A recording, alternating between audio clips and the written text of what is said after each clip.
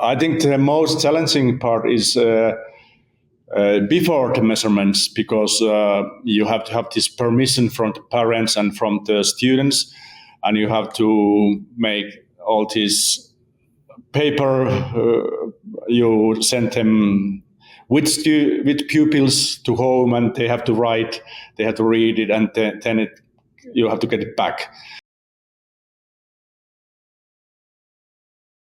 We are using devices that are made for research. So students don't have to use their personal emails, for example. We have 20 devices. I make myself 20 emails. So it can be like John1, gmail.com, John2. This data is going to Polar or Garmin or FirstBit server, and I don't really know how they are using this data. Maybe it can be possible that they are selling it someday to insurance company, that they can tell that, oh, he's moving too little. We have to raise his payments in insurance. So this comes always with these smartwatches and with these devices, how to connect it, how to get this application work.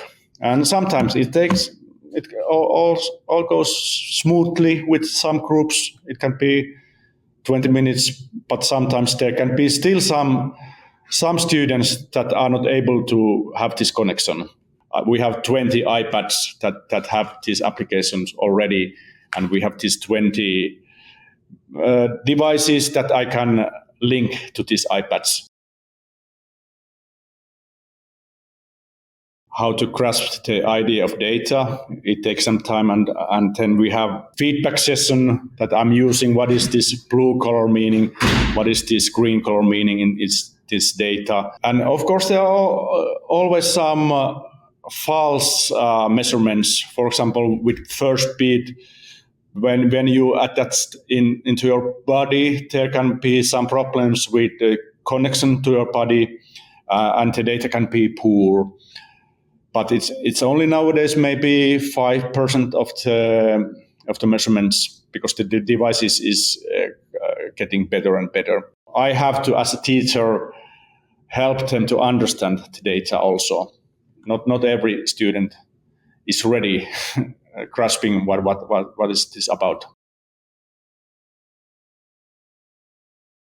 The data is as good as it has been taught.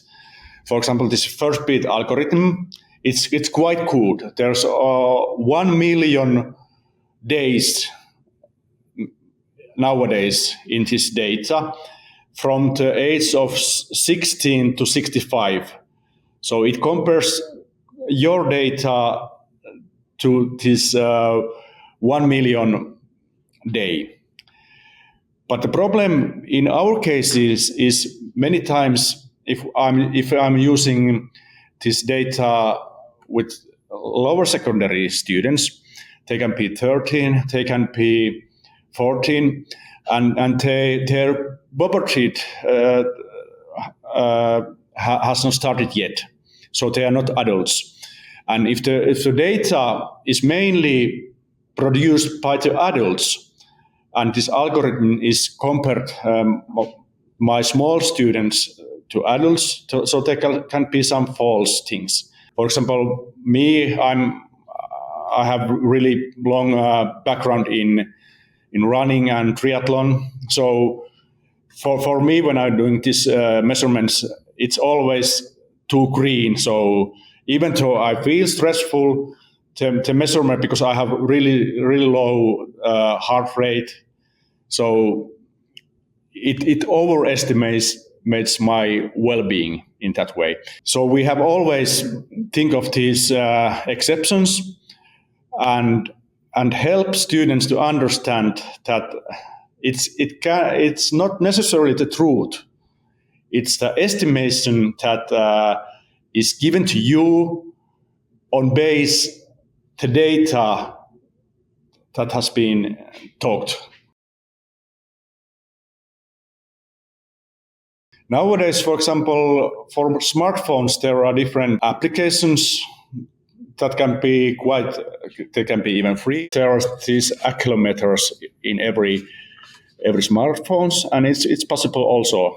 But then you should have it all the day in your pocket, for example, and I think that that would be for students more complicated. Many people think that you have to be really rich to make this kind of measurements.